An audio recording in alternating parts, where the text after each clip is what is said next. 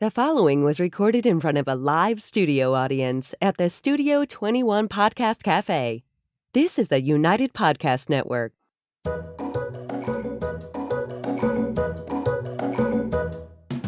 Welcome to the Quirky Dog Podcast, inspired by some of the quirkiest dogs you can ever imagine and the owners who love them. This podcast is brought to you by the quirky couple themselves, Scott and Jess Williams. Their aim is to educate and entertain. Here's Scott and Jess. Welcome, guys, and happy Wednesday. We're coming to you live from Salem, New Hampshire, and today we are going to talk about engagement. Isn't there some movie like Rules of Engagement or something? Probably. Yeah, I don't know a lot about movies, but we're going to talk about activating engagement in dog training. But first, we're going to start with the quirky tip of the day. All right, my quirky tip is reorder your EM collars. I had Chrissy put the episode that we did with Lisa in the show notes. I'm really all about these. Tick season is here. Granted, we're going to be getting a huge storm tomorrow, but I've already gotten some ticks on the dogs. So reorder these. You're supposed to reorder every season, and I'm placing my order this week. All right, sweetie, so this was your topic, engagement. Tell me where your head's at. Well, I was just thinking about with my clients and, again, out in the field and working with people. And one of the things that people need to really focus on quite often is creating some engagement with their dog. You know, they're telling their dog to heel and walking, and they have not established any connection with the animal. And so naturally, they both kind of go down the street, but not working with each other. And the handler winds up with a tight leash and continues walking. And it just made me think about engagement. And when in the dog sport world, we're starting with engagement because our focus is to be able to compete in a venue off leash. And if you have no engagement and you go out on the field with a dog off leash, what happens very quickly is all of a sudden you have no dog. Yeah, the dog is out running around, if you will. Yeah. They're engaged in the environment. They're not engaged with you. Yeah.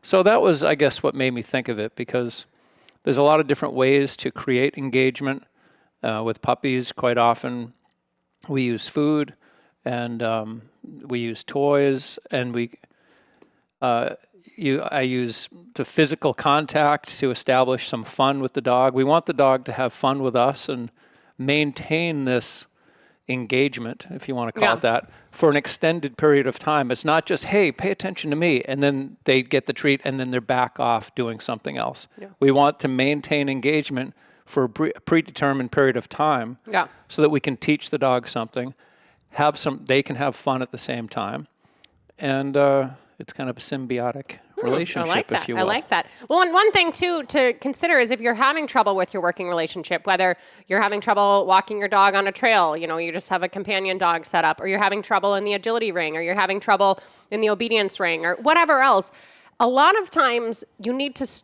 start with engagement. Like before you go into the ring, you're connected, like you're making sense. And I do want to say it as a side, a lot of people seem to have great engagement outside of the ring, especially if you're like a sport person. So you have great engagement, everything looks awesome, and as soon as you get in the ring, the dog's disposition totally changes, everything changes, you've kind of lost that engagement, for the lack of a better way to describe it. And a lot of times what that is to me is too much reliance on food, too much reliance on toys. Like you're hiding the toy that you have in your armpit and hoping that the dog doesn't realize it's gone, you're pretending that you have food and everything else. And food and toys are great ways to create engagement. Scott was just mentioning that with puppies, but you can create a lot of engagement with your dog just by interacting with them, by personal touch, like Scott was saying, by chase. You can have a relationship of engagement that is void of food and toys also. And I'm not saying ditch your reinforcers, and that shouldn't be the thing, but a lot of the time, that's where I see the difference, is the dog's walking around with food in its face the whole time, and then it gets to the ring, they're like, oh, that's gone, and then they could give a flying F that you're out there with them. So really think about creating that engagement beforehand, and then bringing it into your work, bringing it into your performance, bringing it into your trail hike, and making the most out of the time with your dog. Because I would say that's something that we really focus on with our own dogs. And we have working dogs. I have 2 Border Collies, and Scott has a Border Collie and a Mal. Those are our personal dogs. They're stronger working dogs. They're more likely to maybe engage in everything else. But our relationship has brought them to a point where we're kind of like, go lay down. Like dogs are shoving stuff at us. They want us. Like they're always wanting to push for engagement because of the relationship we've created with them. And we so often see pet dogs really have little to no engagement with their owners. So that's kind of something to consider and pontificate, if you will. Yeah, and I mean, it sounds easy when you have dogs that are bred to work and all they want and all they hope for in their life is that you create and maintain some engagement with them. It's like that's what they live for. So if you're not able to do that with a working dog, you got to really back up. But when you get to a pet dog that could be, it could be a mixed breed, it could be an older rescue dog, has low food drive, doesn't care about toys, you need to still try to establish a connection with this animal. Yeah. So that they're like, oh, when I see a dog I don't know and I have to work with them on an evaluation, the first thing I want to do is establish a little bit of trust, and that usually happens with a little food. I can assess where their head is at if they don't take treats. But it's really interesting, the people that tell me their dog is not food motivated. Once we start doing something together and they start getting it, oh, we're doing something together here, all of a sudden their food drive goes up. Like, oh, okay, all right, I sit, I get this treat, I do this, do that. So then all of a sudden there's some engagement, there's some relationship developing, and this can all happen within 2 to 5 minutes. And if the dog just rushes up to me all happy with the tail wagging, I don't have to go through these trust things really so much, because the dog is confident, outgoing, and they just want to do something, and they've been waiting. They're very quick for someone to pay attention to them. They've been waiting to engage for months, if not years. And Scott is very adept at this concept of engagement. So I don't even know if you're necessarily a good example. Scott is able to create engagement with the most fearful dogs, the most everything else dogs. If you yourself have not done the dog situation for a long time, or you're struggling with a dog and you haven't had this issue in the past, think of physiological signs that your dog is showing. So like getting the heart rate up, getting the blood pressure up, even just kind of like jogging back and forth. I use this tool a lot when I used to teach trick seminars, where you just like put food in the dog's face and back and forth and lure a few spins. Get the dog so it's kind of in that like squirrel mindset. Whatever gets the dog to this heightened state, whether it be your husband coming home at the end of the day, whether it be its best friend walking by on a walk with its owner, whether it be a squirrel in the yard, try to know how to create that within your own relationship and begin with that. Begin with getting the dog's heart rate up, the blood pressure up. They're excited, they're engaged just because of the physiological change, right? We can do a lot of things as people, even if you don't sleep at all a night before. If you get up and you start jumping and you put on your favorite song and everything else, all of a sudden you can get through a big event or a big day. That's because you're changing your physiological state. So be conscious of your dog's physiological state too, and don't just save their happy yayas for when they are running after squirrels in your yard. Make sure that you have a way that you guys can gain that connection together. Yeah, one of the reasons I tend to use food a lot in the training is because people have such a hard time connecting with their dog. They have a hard time showing emotion. People can be very self-conscious. They don't want to call their puppy by going, pop, pop, pop, pop, pop, pop, pop. And they're like, I tell them to do that, and they still don't do it because they're just having an emotional block. They're too much of an adult. And you really want to have a childlike mind. The beginner's mind, they talk about this uninhibited, just you want to enjoy the dog. And this is why kids are so great with dogs, and dogs chase kids.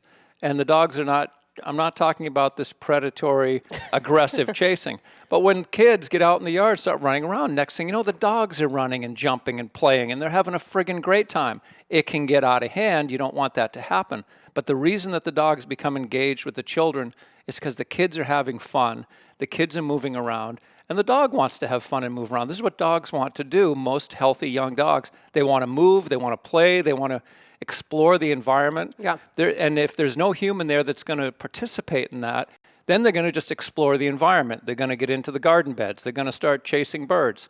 They're looking for something to do that's fun, that they can engage in. Yeah. So half the battle, I mean, they're already there, like pre-programmed to engage. All you got to do is learn some techniques to establish some engagement. And I would say probably my failing from a competitive standpoint, I'm great at establishing engagement, but not maintaining it. And it's part of that is from the sport I was in. And I'm not even going to throw the sport under the bus. It's because I'm not as good a trainer as I could be. Maybe I'm a little bit lazy. But like in Schutzen, in the, what's it called? IGP. IGP. They place a lot of emphasis on the dog's attitude when the judge is judging the dog. They want that dog to look animated, really excited, really into the handler. So you can't shortcut your training. You need to, and this is what used to drive me crazy with this focused heeling. When the dog heels, they're just prancing and looking at the handler until the exercise stops.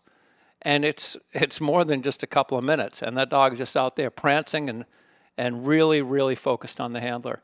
And that comes from one step at a time. Yeah. And that's, I mean, I know, great competitors that can spend 6 months getting 3 steps of focused, what they want for their criteria for that dog. So I don't mean to go down the competition road, because I feel like we're really appealing more to the general public and their dogs. But if people can take a dog and heel for 5-10 minutes with this unwavering, focused attention, regardless of what's going on around them, we certainly can get our dog's attention, tell them to do something, and maintain a behavior for a short period of time. Well, it's not that big of a deal. Breaking it down for sport is very similar to breaking it down in the pet dog realm. So if you're having issues with, your dog not really wanting to work with you, this is a really common thing. And if you have this with your dog, I'm not trying to throw you under the bus, but this is something that we'll see all the time. The dog is burning on someone 24/7, out, following the person around in the house. Maybe even if it stays in a bed, maybe whining on the bed, looking at someone in a crate, just peeling on, this person with its eyes, going to the bathroom, following the person.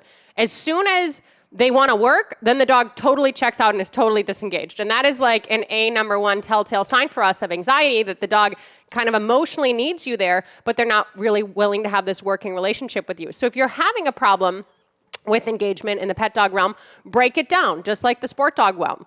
Have the dog maybe in a crate for a little bit, have a little downtime, maybe train in a smaller area, train for a less specified amount of time. A training session doesn't have to be 5 minutes. If you get 30 seconds of brilliance, great, do that, and then the dog goes out for a potty break, and then you get 30 seconds of brilliance later. Breaking it down and building on what's great is going to be more beneficial to your dog in the long run than trying to get everything you want, for an extended amount of time, whether it be 5 minutes, 10 minutes, whatever else. So be very conscious of that concept of breaking things down. Yeah, and that being said, if you find something that your dog really enjoys doing, you can spend a little more time on that, because that's creating engagement, and the dog's having a great time.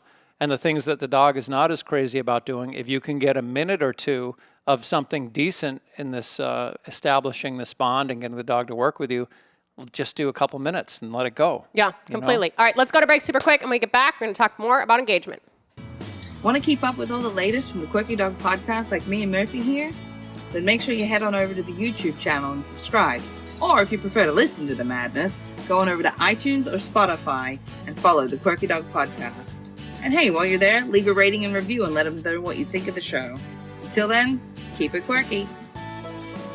Okay, so beyond just breaking things down, I also want to talk about noticing different times when your dog has its yayas, if you will. So if you feed on a structured feeding schedule, which I really hope you do, especially if you've been listening for a long time, if the dog gets really excited around mealtime, I'm not even saying use the meals to train the whole meal and just feed from your hand and everything else, but get a sit before you feed the dog. Get, 3 times going in the crate before you feed the dog. Bath time, a lot of times, dogs get a bath and then they're like all wiggly and crazy.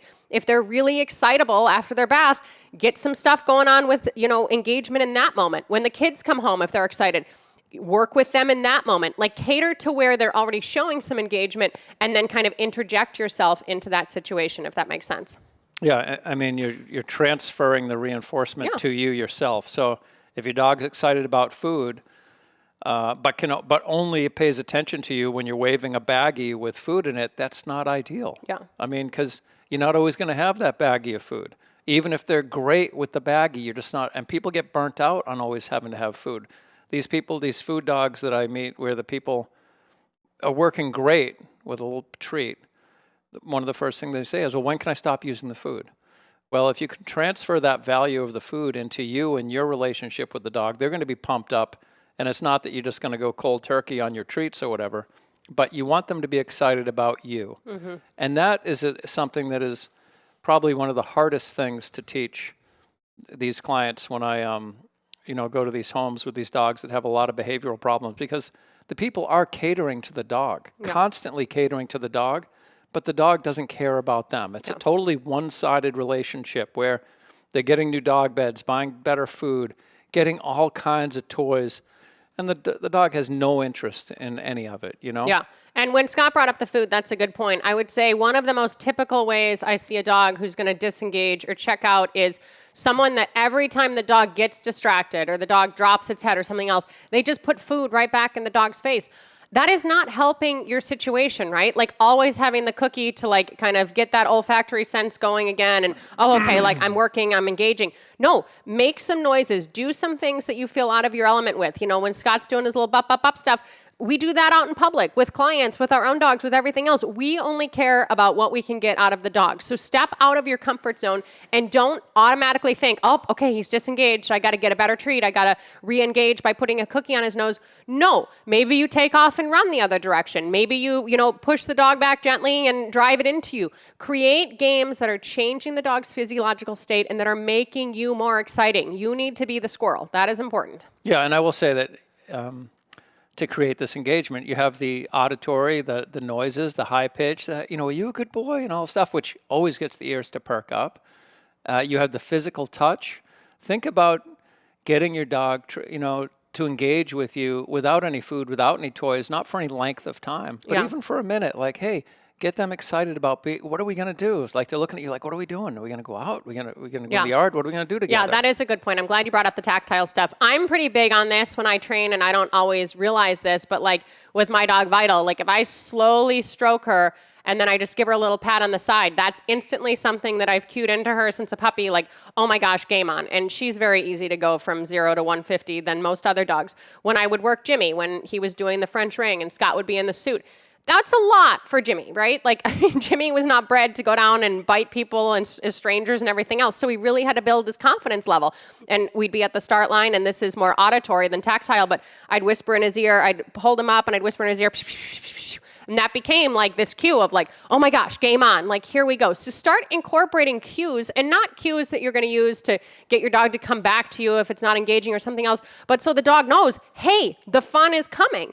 I don't know, we don't talk about sex a lot on the show, but let's talk this up. So if you have like cues at home, I'm thinking of that like country song, like they pour tequila and they play John Denver. So if there's something at home where like, okay, like, Haven't heard that one. Yeah, you don't listen to my country Spotify like that.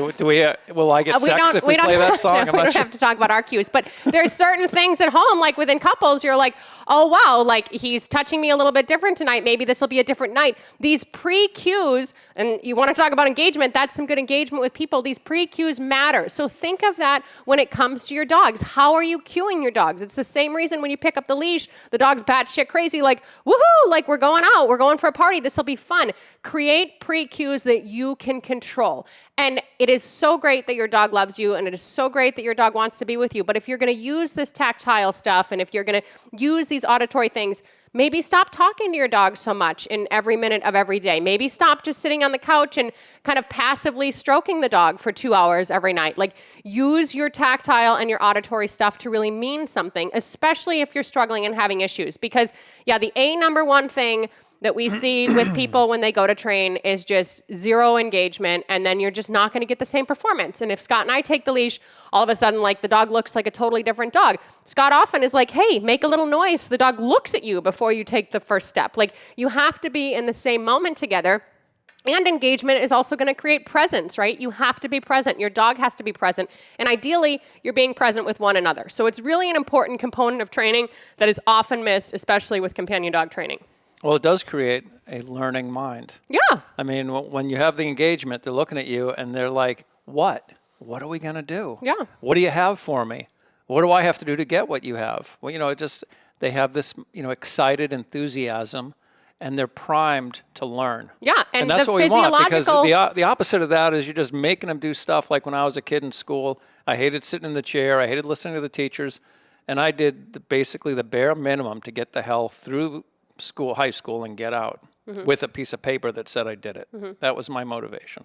And that's also where I was headed. If you go to a science seminar and you're sitting there for 8 hours a day and it's just kind of everything's blasé and everything else versus like an entrepreneurial conference or something else, even some other types of, companies and stuff are creating different company culture, Zappos and stuff. Like it starts by getting up, clapping your hands, like feeling the energy of the room, and then you're more primed for learning. So this pre-priming for learning is very important, and it is something that you guys should consider. And being in school is a great example. If you tune out in school, when are you more engaged? Are you more engaged? Like Scott took some classes with, beehives. Scott does all these little things. He's very engaged in those. It's tapping into his interests. So tap into the dog's interest, and also those physiological signs, you guys, I cannot stress it enough. Like, you need to know what makes your dog go. Do their claws come out? Do their ears go back? Like, do their eyes open big? Do they dilate a little bit? Like, when are they in their zone? And when they're in their zone, ideally, you're creating it, and then you can be in the zone together. That's the whole point of owning a dog from where we stand. Yeah, and that being said, with the physical stuff, I let my dogs jump on me. And that's something that most pet dog owners come and say, I don't want my dog jumping on anybody. Well, I can keep my dog from jumping on people, but I allow him, and I invite him. I mean, I'll tap on my chest, he'll jump on me, but that is a cue in his mind. Oh, we're doing something cool, because I want to interact with him. And what I do when he jumps up on me is I push him off and I tell him, come on up again, and we start playing this game. He starts getting excited. And with my Malinois, I mean, I can't do that too much, because he escalates he quickly. goes over with him. If he's walking next to me and I reach down and pat him on the shoulder or grab his scruff of his neck in not an aggressive way, but just in a way like, hey, we're going to do something together. He just starts barking. He's like over the top. Yeah, oh, this jumping up to his Jess head. can hear when I go upstairs and I bring him down to go outside to go potty. He's not even allowed to handle and his all own of a dogs sudden anymore, he's just honestly. like barking, and he's bouncing beside me. He's thrilled. Yeah. And all it was a little bit of touching him on the side, and that's him knowing, oh, we're doing something together. This is friggin' great. And these are all things, you guys, if your dogs love toys and they love food, that's awesome. But a lot of these things we're discussing don't have anything to do with food. They have to do with you and the way that you're interacting with someone. And even think about, your friend group, your social circle as a human. Like, who gives you more energy? Why do you enjoy being with these people more? What about interactions with certain people kind of drain your energy, make you feel less, up and ready and motivated and stuff, and transfer that to the dogs as much as possible, because they know our energy. They can sense our energy. And I feel like we're so mechanical some days, and I'm not trying to shit on clickers. Clickers are fine, but it's just, click, treat, click, treat, click, treat. No, like, let's get in there. Like, let's rough the dog up. Like, let's get excited about things. When Scott's talking about pushing his dog off, it's the same reason. If a dog's jumping and you keep pushing him off, they want to jump more. They love that opposition reflex. Use those things to your advantage. If you're able, turn and run. Push the dog off. Turn and run. Get the dog chasing you. When they get there, have a big party. You need to be a party for your dog, and they deserve you to be a party, and it's just a more fun relationship overall. That's the only way we can describe it. So be conscious of engagement. And if your engagement blows, or if you feel like when you're working with a trainer, the dog is totally different than when you're working alone, we are very open to being like, hey, you guys take a video, send us a video. Like, we want to help on the spot. If something's going differently without us there, we want to see where that's lacking. So if your trainer is open to that kind of thing, say, hey, do you mind if I, video this session for 30 seconds to a minute? Don't over abuse the system or whatever, but see if there's something different about what you're doing in class versus what you're doing with your dog. And that will really help you. Even the other day, Scott was doing a class with somebody, and I was like, hey, video her, because it looks so good.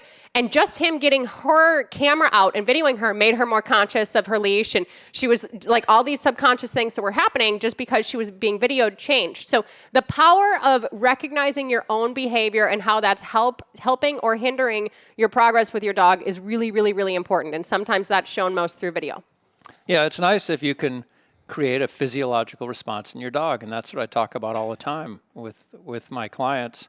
I mean, I usually bring that up as it relates to the come command, where if there's one place that I encourage people to use high value treats, and I mean like getting into steak and meats and things like that, it's when that dog gets to you in that come command and they get that reward. Because they're going to be much more, and if you compare that up with the cue, whether it's here, come, whatever you're saying, they're all automatically getting a little bit of saliva going Yeah, before they, whether you have the classical food or not. conditioning fun. Yeah. And then when the dog gets there, I mean, Scott often, if I'm at class with him, and I used to be there all the time when he taught, you know, he'll be like, okay, like, tell your dog he's good. And it's not just like, you know, very like clinical petting Good the dog, boy. like good boy. He's like, get on the ground, give the dog love, like, you know, wrestle, whatever the dog enjoys, to really make that so reinforcing. Because yes, if you do have a companion dog, probably the most important thing is if they're going to run out that front door, if you call them, they're going to turn and come back no matter what's on their neck, no matter what you have in your hand for reinforcer and everything else. You want you to be the cookie in that sense. Yeah, you want them to, ideally, even if you weren't like doing a lot of obedience training, if you can cue your dog and they think, oh, it's time to have fun with my person, they're going to turn off of whatever they're doing anyway and just come to you because it's the big party. I tell people all the time, especially if I have a dog for boarding and training, when they initially come back and they reconnect with their dog, they're almost in tears. They're so excited. They're on the ground. The dog, you can see the dog go from trying to be well behaved to, oh, it's okay, it's my owner, and then all of a sudden it gets to a point where I'm like, okay, that's enough, because the dog's jumping all over him. But I tell them also, what you did with your dog there, try to get into that mindset and that emotional space when you're rewarding your dog, especially when you tell the dog free, because a lot of times the dog is like, oh, is it real? Because we're proofing a lot of behaviors. And then their free gets sticky, like, oh, I'm not sure if I can really get off, you tricking me. If you have the big party after you've released them out of staying on a bed for 5 minutes, their free is going to be awesome. They're going to say, oh, okay, boom. All right, now we can, and that's when you have the party. That's how they know, I'm free. I'm not working anymore. I can play, you know? Yeah. And it makes both ends of the spectrum better. It makes the obedience stick better, and they also know when it's free time. And that's the problem I see with people with their healing their dogs. They walk the dog and they're working on their healing, and then they say free, and the dog barely leaves the left side. I'm like, the dog needs to go out now and sniff and be a dog and be loose and feel. Have them on your right side. Feel okay to be out in front of you. And don't allow the dog to just keep walking next to you. You need to get them to understand, we're done with this. Go. Be a dog. Free up their headspace. Yeah, and that's why I tell people, 80% of your walk should be free. 20%, you're working on your very militant, structured healing. And the goal of that is only so that when you need it, if there's some crazy person and their dog coming down the street, you need a little more control, use your healing. Other than that, let your dog be a dog. Yeah, let your dog be loose. Not dragging you, but loose leash. And then if you are having engagement issues, and your dog is very engaged throughout the day. Let's say you have a cat, and literally 6 to 8 hours of the day, that dog is stalking the cat. Or the dog loves to hunt rodents in the backyard, and you just let them out for hours at a time to hunt rodents. Or they love to look out the window and wait for the UPS man and the mailman and people crossing by. If that's where the engagement's happening, there's only so much engagement to go around based on what kind of dog you have. So try to limit those interactions more. I don't care if your dog's enjoying it or not. If you want to create more engagement with yourself, you need to kind of take these more innate things that are in them, these more instinctual things, and cap them a little bit, right? You get some of these hunting breeds and some of these setters and retrievers or whatever else, like they just start to get a little nutty in their heads, a little spinny in their heads. They're just, oh, the laser, oh, this, oh, the shadows. Like, no, like engage with me. Don't sit there for 3 hours and chase freaking shadows. And if you use a laser pointer, if we haven't said it before, throw it out. Don't ever use that with your dog. We hate that. Yeah, and there are some service people, when you mention the dog sitting and looking out the window for certain activities to bark or to get excited about. There are some, like Amazon drivers and UPS drivers and some mailmen, especially mailmen, they always carry dog treats with them because they've had some negative experiences. They want to establish a good relationship with every dog on their route. They don't want to have these problems. And there's a lot of dogs that they wait all day for the mailman. They're like so friggin' excited. Oh, the mailman's when coming. When is he coming? Yeah. They run out there like it's Santa Claus. Yeah. And they love this guy because the guy gives them some attention. There's a little bit of back and forth. Yeah, and if you're losing engagement to the mailman with his old stale milk bones in a little sandwich baggie when you're training with hot dogs, that's the time to step back and think, how can I expand my engagement within my relationship with your dog? So if this is a topic that you haven't really considered before or you're kind of like, on the fence about or new to, consider it, because engagement is everything when we're training. If we're training, you're really clearing that throat a lot today. If we're training pet dogs, if we're training board and trained dogs, if we're training at classes, we are always trying to create engagement, not only just with the owners, but especially with their dogs. And we hope that the owners can pattern the engagement that we're creating with their own work. So just be conscious of this whole topic. Yeah, and if the mailman is getting better engagement with milk bones than you are with your hot dogs, Problem. It's proof. It's not about the food. Yeah. It's about That's the true. engagement. Yeah. It's about this person's energy and what Yeah. he's bringing. He sincerely is excited to see this animal, and he wants to have a good, positive experience. And the dog knows that. Yeah. That's why it's happening. Yeah. And if you're just peppering your dog with treats all day long, the dog, quite often, they could care less. Yeah. They're just like, oh, my God, more hot dogs? Yeah. What do you have today? Oh, cheese? Great. Let's up that. All right, so consider these topics.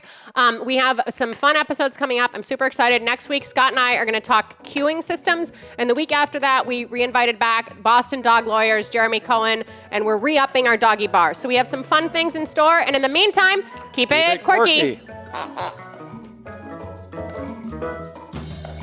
The views and opinions expressed by the hosts, guests, or callers of this program do not necessarily reflect the opinions of the Studio 21 Podcast Cafe, the United Podcast Network, its partners, or affiliates.